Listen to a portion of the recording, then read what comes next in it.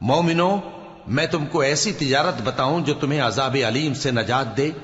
وہ یہ کہ اللہ پر اور اس کے رسول صلی اللہ علیہ وآلہ وسلم پر ایمان لاؤ اور اللہ کی راہ میں اپنے مال اور جان سے جہاد کرو، اگر سمجھو تو یہ تمہارے حق میں بہتر ہے۔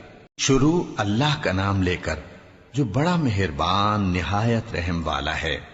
یہ قرآن تمہارے پروردگار کی جانب سے دانش و بصیرت اور مومنوں کے لیے ہدایت اور رحمت ہے۔ اور جب قرآن پڑھا جائے تو توجہ سے سنا کرو اور خاموش رہا کرو تاکہ تم پر رحم کیا جائے۔ شروع اللہ کا نام لے کر جو بڑا مہربان نہایت رحم والا ہے۔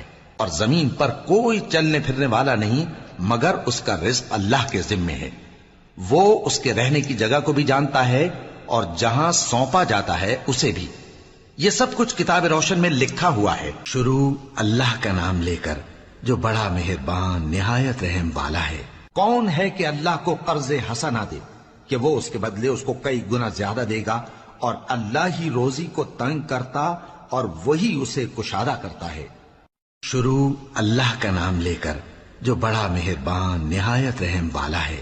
جو لوگ اپنا مال اللہ کی راہ میں خرچ کرتے ہیں ان کے مال کی مثال اس دانے کی سی ہے جس سے 7 بالیں اگیں اور ہر ایک بال میں 100 دانے ہوں، اور اللہ جس کے اجر کو چاہتا ہے اور زیادہ کرتا ہے، اور اللہ کشائش والا ہے، سب کچھ جاننے والا ہے۔ جو لوگ اپنا مال اللہ کے راستے میں صرف کرتے ہیں پھر اس کے بعد نہ اس خرچ کا کسی پر احسان رکھتے ہیں اور نہ کسی کو تکلیف دیتے ہیں، ان کا صلہ ان کے پروردگار کے پاس تیار ہے، اور قیامت کے روز نہ ان کو کچھ خوف ہوگا اور نہ وہ غمگین ہوں گے۔ جس خیرات کے دینے کے بعد لینے والے کو ایذا دی جائے اس سے تو نرم بات کہہ دینی اور درگزر کرنا بہتر ہے۔ شروع اللہ کا نام لے کر جو بڑا مہربان نہایت رحم والا ہے۔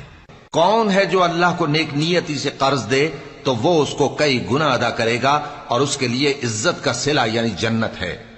جس دن تم مومن مردوں اور مومن عورتوں کو دیکھو گے کہ ان کے ایمان کا نور ان کے آگے آگے اور داہنی طرف چل رہا ہے تو ان سے کہا جائے گا کہ تم کو بشارت ہو کہ آج تمہارے لیے باغ ہیں جن کے نیچے نہریں بہ رہی ہیں، ان میں تم ہمیشہ رہو گے، یہی بڑی کامیابی ہے۔ شروع اللہ کا نام لے کر جو بڑا مہربان نہایت رحم والا ہے۔ اگر تم خیرات ظاہر کر کے دو تو وہ بھی خوب ہے، اور اگر پوشیدہ دو اور دو بھی ضرورت مندوں کو تو یہ تمہارے لیے بہتر ہے، اور اس طرح کا دینا تمہارے گناہوں کو بھی دور کرے گا، اور اللہ کو تمہارے سب کاموں کی خبر ہے۔ اے نبی صلی اللہ علیہ وآلہ وسلم، تم ان لوگوں کی ہدایت کے ذمہ دار نہیں ہو بلکہ اللہ ہی جس کو چاہتا ہے ہدایت بخشتا ہے۔ شروع اللہ کا نام لے کر جو بڑا مہربان نہایت رحم والا ہے۔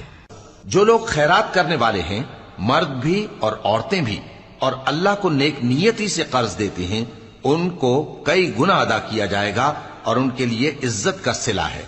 اور جو لوگ اللہ اور اس کے پیغمبروں پر ایمان لائے یہی اپنے پروردگار کے نزدیک صدیق اور شہید ہیں، ان کے لیے ان کے اعمال کا صلہ ہوگا اور ان کے ایمان کی روشنی بھی ہوگی۔ شروع اللہ کا نام لے کر جو بڑا مہربان نہایت رحم والا ہے۔